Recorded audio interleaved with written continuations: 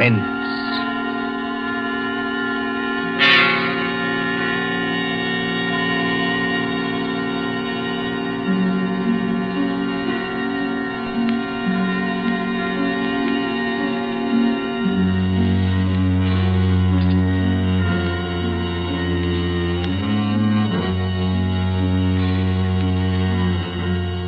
The thrill of the nighttime, the hushed voice and the prowling step, the stir of nerves at the ticking of the clock, the rescue that might be too late, the crime that is almost committed, mystery and intrigue and dangerous adventures. We invite you to enjoy stories that keep you in suspense.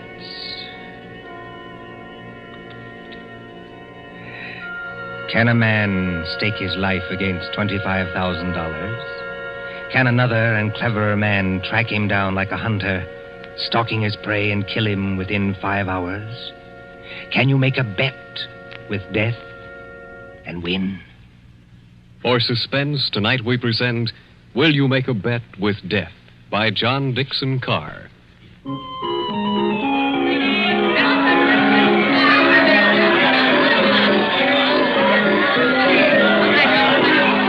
Coney Island on a summer day.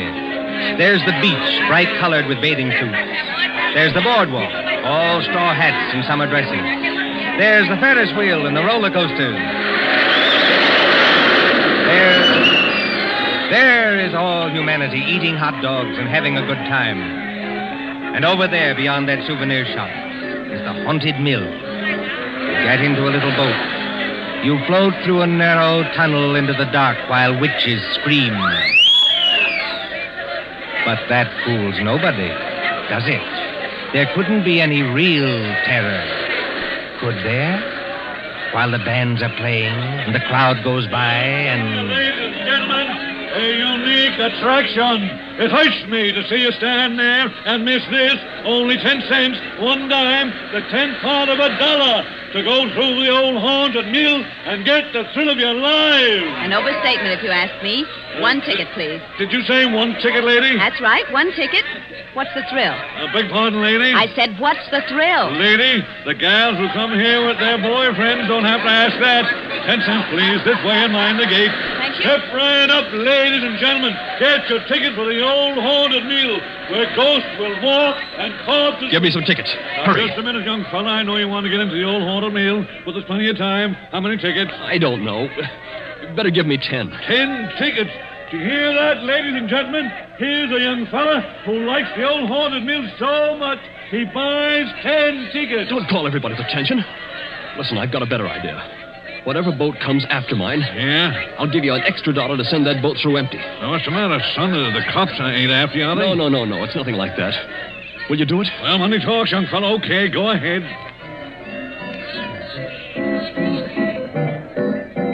Isn't there an empty boat here? Well, really? You've got such a great objection to riding in the same boat with me? Oh, I'm sorry. I didn't mean that at all. Don't misunderstand. Then you'd better get in if you want to go. This boat's starting to move. Yeah, I better sit down. You certainly had. Look here, I want to apologize. That's quite unnecessary. This place is rather childish anyway, isn't it? Yes, isn't it? But I've seen everything else, so I may as well see this. Here we go in the dark. What was that? One of the ghosts, I imagine, from a machine. It sounded like him laughing. There isn't anybody in the boat behind us, is there? Oh, I can't see. It's pitch dark. Listen, Miss... My name is Andrews, Betty Andrews, if it's customary to exchange names in a place like this. Mine's Pendrell. Bob Pendrell. Did you say Pendrell? Yes. Do you know it? Oh, no, not exactly. It's an unusual name, that's all. I don't want you to think I'm out of my mind, though I very nearly am. But I've got 5 hours to go. Just 5 hours. At the end of that time, either I'll have won $25,000 or else... Or else? Or else I'll be dead. You know, I wish I'd kept you away from this boat. Well, there's nothing to get alarmed about. For you. I can't tell you much, but I had to tell somebody that or I'd have started yelling. There's just one other thing. Is there? In these places, they've usually got little dim-lighted rooms along the way. Yes, Exhibits. boats and things. Yes. Well, when we come to one, I'm going to get out of this boat and hide there. Just don't get alarmed, and don't tell anybody when you go out. But why should you do that? I think I see a light ahead. Well, there is a light, but... Dim, too. That's all to the good. It's... Yes? We're coming around the corner. Look, I'm going to have company when I get off. A waxed dead man on a pile of straw. Oh, I hope I can stand these noises. Goodbye, Betty Andrews. I wish we'd met at a different time. Mind the boat! Here, what are you doing? Getting out, too? Don't be an idiot. What's the idea? You need looking after, Mr. Pendrell. And if we must hide, I suppose this is as good a place as any. I won't have it. Quick, quick. There'll be more boats along. Over behind that dead man on the straw. He'll hide us. Hurry. Well... Now, Mr. Pendrell, in the queerest place I ever get into, please tell me what this is all about. I can't tell you. You said it yourself. If you don't tell somebody, you'll go crazy. Maybe you're right. It's against the strict terms of the bet. But this is the last day. And I tell you, I can't hold out any longer. Lower your voice. There's a boat coming.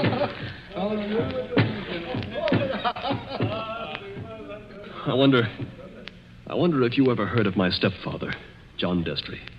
Yes? I imagine everybody has. He's a millionaire, and I'm not. I'm just a chemist, an analytical chemist. Not very successful. So if I'd had time, if I'd had money, I might have worked out a process that would have... Well, I think it would have helped in the war. But he's got money. Yes, he's got money.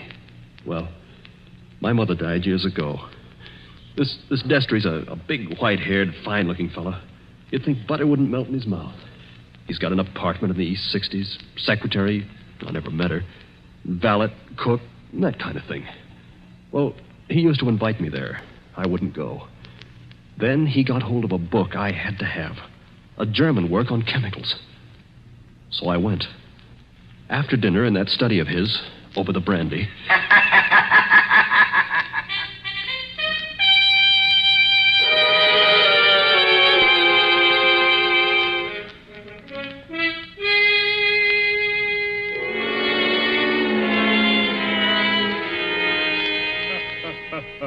Oh, my dear Robert, you're quite welcome to the book. Don't mention it.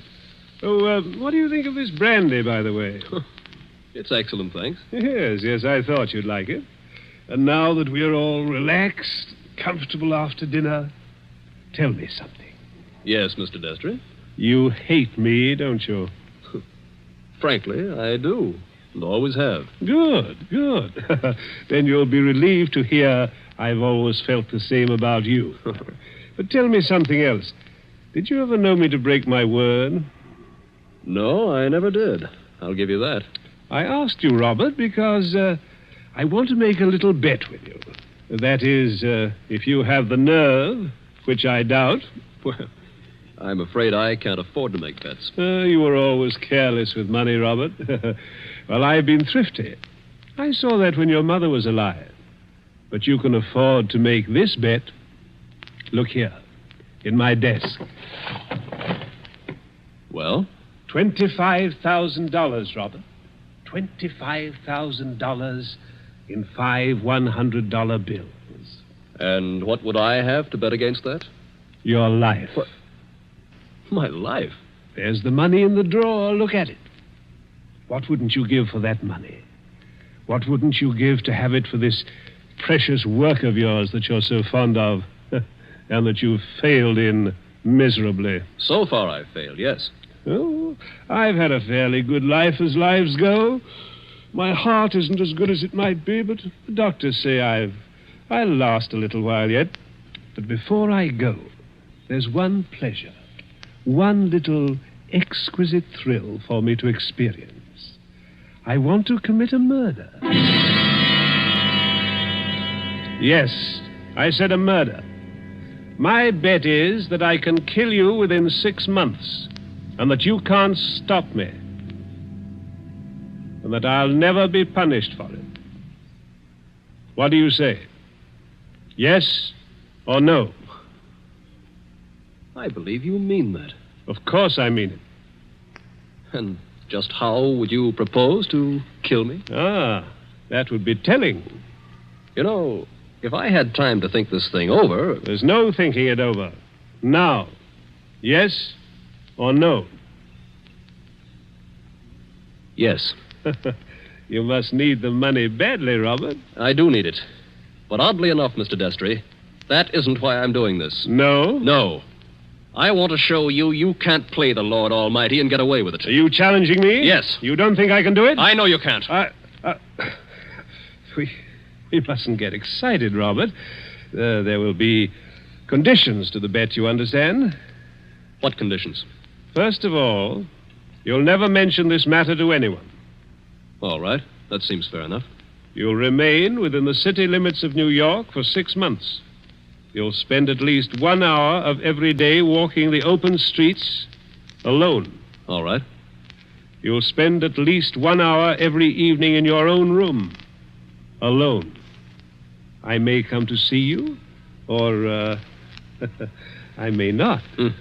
Trying to scare me already, are you? Finally, you'll write out a little note and give it to me. There's pen and paper on the desk in front of you. Write it now. Let's hear what I have to write before I do anything like that. You will write, I am a failure. You can't stop harping on that, can you? I am a failure, and this was the only way out. I wouldn't have done it otherwise. A suicide note? Yes. I intend to use it when I, operate. And if I won't write it? Ooh, then there's no bet. All right, I'll do it. It's now, let's see, 9 o'clock on the night of January the 10th. If you're alive and not in a madhouse... Does that go into the bargain, too? Yes.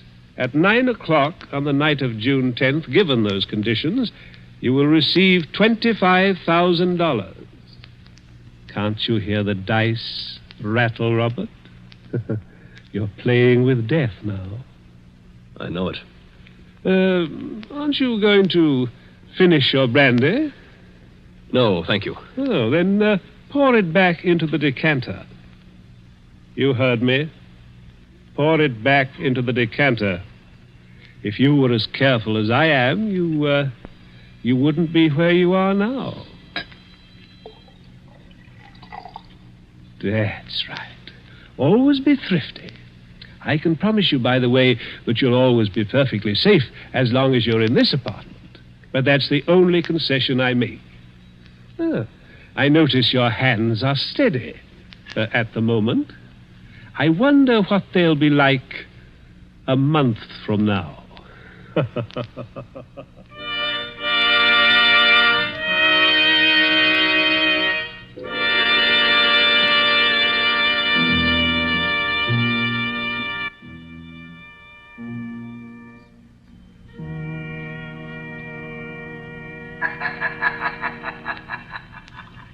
So you were fool enough to make a bet with John Destry. Listen, Betty. I want to tell you what else happened the same night. I got on a Fifth Avenue bus and started to look through that book that Destry gave me. It was a book that I wanted about poisons. Well, just as I opened it, I felt something sharp prick my fingers. I looked down, and my hands were covered with blood. He had sewn safety razor blades in a line down the inside edge of the cover. Oh, no. Yeah. A little white card fell out of the book, and I read it. It said, "See how easy it is to take you off guard? Those razor blades aren't poisoned, but they might have been. Take warning." Betty, that was 6 months ago. 6 months less 5 hours of careful, refined torture. And now, I've got only 5 hours to go. What's he done in the meantime? Nothing. Nothing. I don't understand. Nothing at all. That's the cleverness of it. He's left me waiting. Expecting something. Expecting it every hour of the day or night. Once at the laboratory where I work, I opened a box that I thought was from a chemical supply house. And a Mexican tarantula, one of those furry spiders about as big as your fist, ran out across my hand. It was a toy tarantula. He enclosed a card asking whether I didn't admire it. Bob, this can't go on. I used to think I didn't have a nerve in my body. I could hold a test tube at arm's length absolutely steady for minutes at a time. Now look at me. Don't, please, don't. But the waiting's almost over now.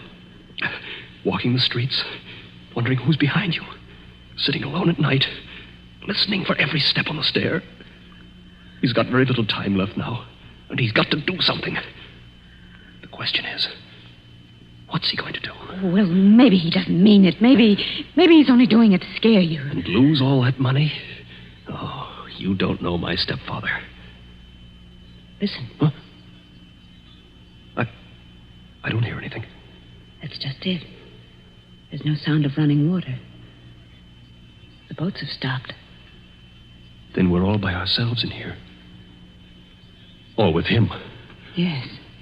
Oh, Lord, how I wish I hadn't gotten you into this. Oh, I'm all right. Or at least I think I am. I thought I saw him in the crowd outside, but I couldn't be sure.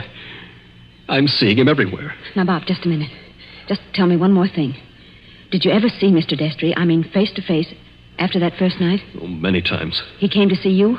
He came to my laboratory once, yes, but mostly I went to see him. And why? Because it was the only place in the world I could feel safe. He's promised that nothing should happen to you while you were in his apartment. Don't you see it was part of the torture? Night after night he'd invite me, and I'd go, right up until last night. Last night, we were in that study of his, with the devil masks on the walls, and he was sitting behind the big mahogany desk.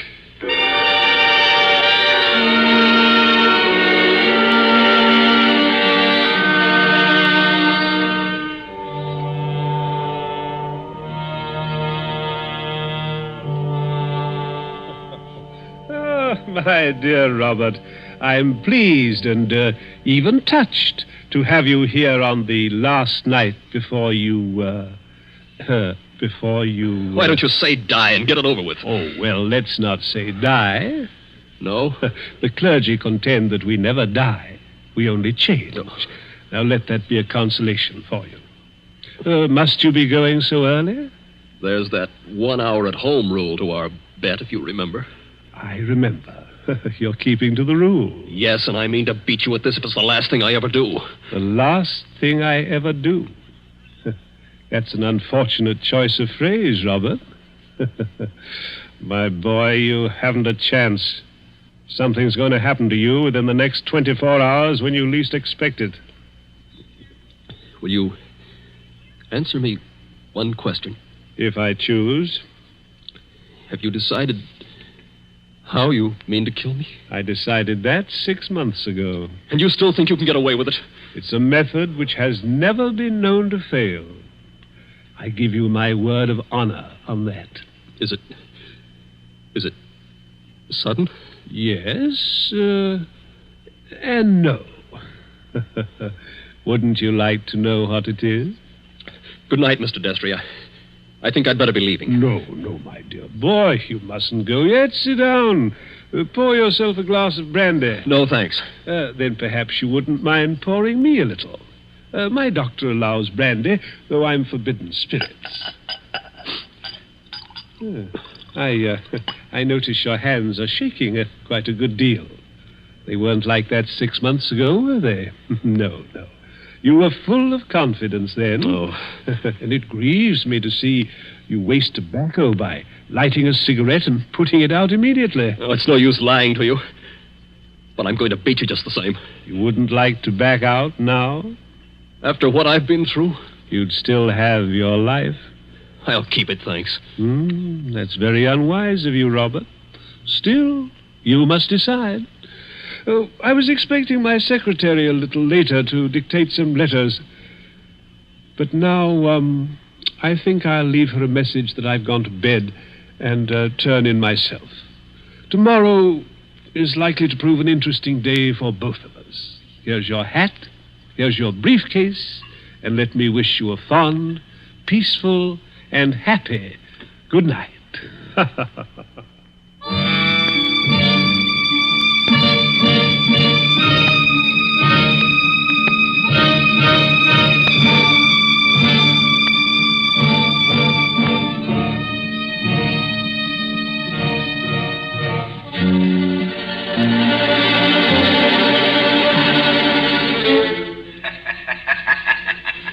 That That was last night, Betty. I said I had 5 hours to go. It's less than 4 hours now. If I can keep away from the old devil until 9 o'clock. I wish those boats would start running again. Why? Because it's almost as spooky in here as a real old mill. I know. Even that wax dummy on the straw. Any minute now. You're expecting to see him move? So am I. Now, don't stand up. It doesn't matter. If the boats aren't running, we can hear anybody who comes along. I hope so. Do you think Destry's got in? Bobby can't have got in. He can't even be here. Why not? Because Mr. Destry told me... Mr. Destry told you? I'm his secretary. You know, Betty Andrews, I'm sorry it was you who did this. Did what? You can't guess, can you? Oh, Bob, I didn't come here to trap you or spy on you. If that's what you're thinking, I swear I didn't. No. You only got me to tell you the whole story and lose my bet. I haven't heard a single word you said. Bob, please believe that. He didn't send you here, of course. No. And of course you never saw me at his apartment last night. No, I swear I didn't. I got there late. He'd gone to bed. I didn't even take off my hat or gloves before I left again. Don't you understand, Bob? I hate him, too. I want to see you beat him. You've got to beat him. You mean that? Look at me and see if I mean it. Betty, I almost believe you. You must believe me. And Anything else? we better hide behind that dead man. Hurry. Those boats have started up again. I wish I could tell you, Betty, what that means to me. Come on, hurry. Wait a minute, you two. What? Stay just where you are. Where's that voice coming from? Along the tunnel, I think. But it's not Destry's voice. No, it's a man standing up in a boat. He's coming around the corner. I can see him now. Hurry. The old haunted mill, eh? My golly, if this ain't some place to make a pinch, I never heard of one. What do you mean? Make a pinch? Just what I said. Your name, Robert Penderell? Yes. Who are you and what do you want? Police headquarters. You're to come along with me. I want to see you over in New York. About what? I wouldn't know, lady, but it might be about the murder of John Destry. Oh, no. Did you say the murder of John Destry? That's right. Somebody poisoned him last night with mercury cyanide. I wouldn't have got you at all, maybe, if the barker outside there hadn't thought the cops were after you to start with. Betty, Yes, Bob? he's beaten me. He hasn't beaten you. Oh, yes, he has. And I know now the weapon Destry was going to use in killing me. What weapon? It never fails. The electric chair.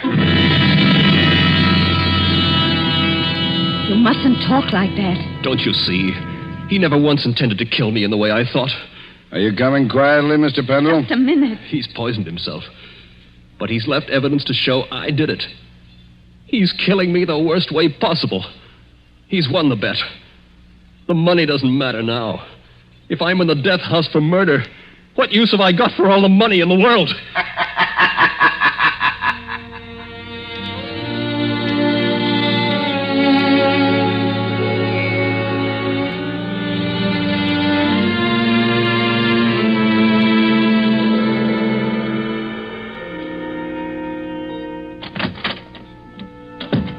Penderell, let me introduce myself. My name's Mullen, Inspector Mullen. It's a pleasure to meet you, Inspector. It's a pleasure to be safe again. I've had you brought here to my office for a little quiet talk. You're in a jam, son, and I want you to realize how bad it is. You think I don't realize it? John Destry was poisoned with mercury cyanide administered in a glass of brandy. And only my fingerprints were on the glass besides his own. I can guess. Mr. Destry's body was found this morning lying behind the desk in the study. There was an empty glass with traces of brandy and cyanide. Now, we haven't had the full autopsy report, but the smell of that stuff is pretty distinctive. They tell me you're a chemist, Mr. Penderell. That's right. The boys find that 8 grains of mercury cyanide are missing from your laboratory. Where he visited me a month ago. And in your briefcase, which you took away from his apartment last night... He handed it to me. I remember. We found over $1,000 in cash. Now, take a look at this note. Huh? Did you ever see it before? Well, yes. I wrote it. You admit that? Yes. It says, I was a failure, and this was the only way out. I wouldn't have done it otherwise. Where did you find it? Torn up in little bits. You started to write a confession, and then you couldn't face the consequences. But you shouldn't have left the pieces behind. You're intimate, my boy. Unless... Unless what? Now, if you'd like to confess here and now, and maybe we did a little deal about second-degree murder, Oh, Inspector, why bother to string me along? What do you mean, string you along? There's no second-degree murder on a poison charge. It's the death house or nothing. He saw to that. It's too bad you had to go and kill him, son. Didn't you know he had an aneurysm? A what?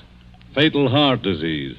He said that he had heart trouble, but... Heart trouble. His doctor says he couldn't have lived 8 or 10 months anyway. And you might have got something in the will. So that's why he did it. Did what? Killed himself. You still stick to that crazy story you told the boys? He's going to kill me, isn't he? With 3,000 volts of electricity. Inspector Mullen. What are you doing here, Sergeant? Didn't I say I wasn't to be disturbed? All the same, Inspector, I thought I'd better do it. There's a young lady here, a Miss Betty Andrews. I think you'd better see her. I'll see her when I'm good and ready. And I think you'd better see her, Inspector. We've just heard from Mr. Destry's lawyer. Well? He said that young fellow there, Mr. Pendrell, inherits $25,000 in Mr. Destry's new will. Did you hear that, son? Do you see what you'd have gotten if you hadn't gone and killed him? He was keeping his promise, that's all. And a fine lot of good it'll do me now. But look, Inspector, I've just talked to the medical examiner, and he says there's no poison in Mr. Destry's body. Say that again? There's no poison in the old man's body. Somebody's kidding you. An empty glass with the smell of mercury cyanide and a dead man with a congested face behind the mask? What did kill him then? Well, if you'd like to listen to Miss Andrews, Inspector, she's right here now. I think you'd better listen, Inspector. I've been trying to tell you all afternoon. Go ahead, Miss Andrews. I've been over and over it. But until they got the medical report, nobody would listen. Can you tell us what killed John Destry? Yes.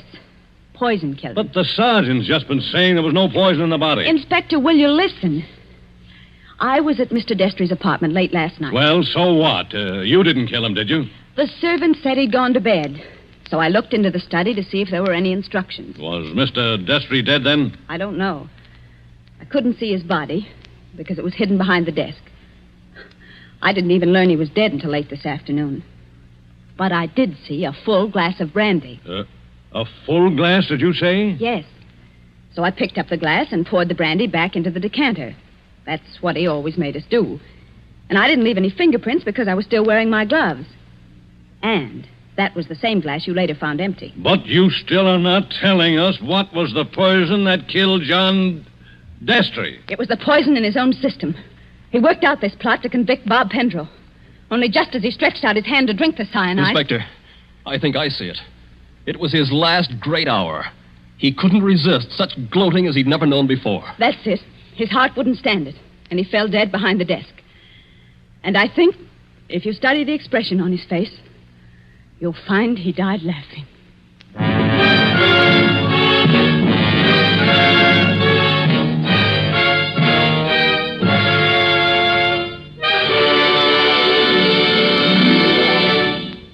And so ends Will You Make a Bet with Death? Tonight's story of Suspense. The part of Bob Pendrell was played by Michael Fitzmaurice. Betty was played by Leslie Woods. John Destry was played by Nicholas Joy. And in supporting roles were Ted DeCorsia and Charles Slattery. Again next Tuesday at 9:30 p.m. Eastern Wartime.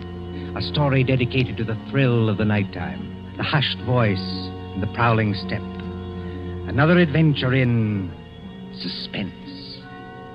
William Spear, the producer, Mark Slobe, the director in the absence of John Dietz, and John Dixon Carr, the author, are collaborators on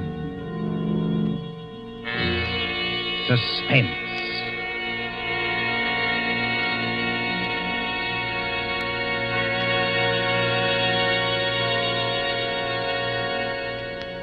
This is the Columbia Broadcasting System.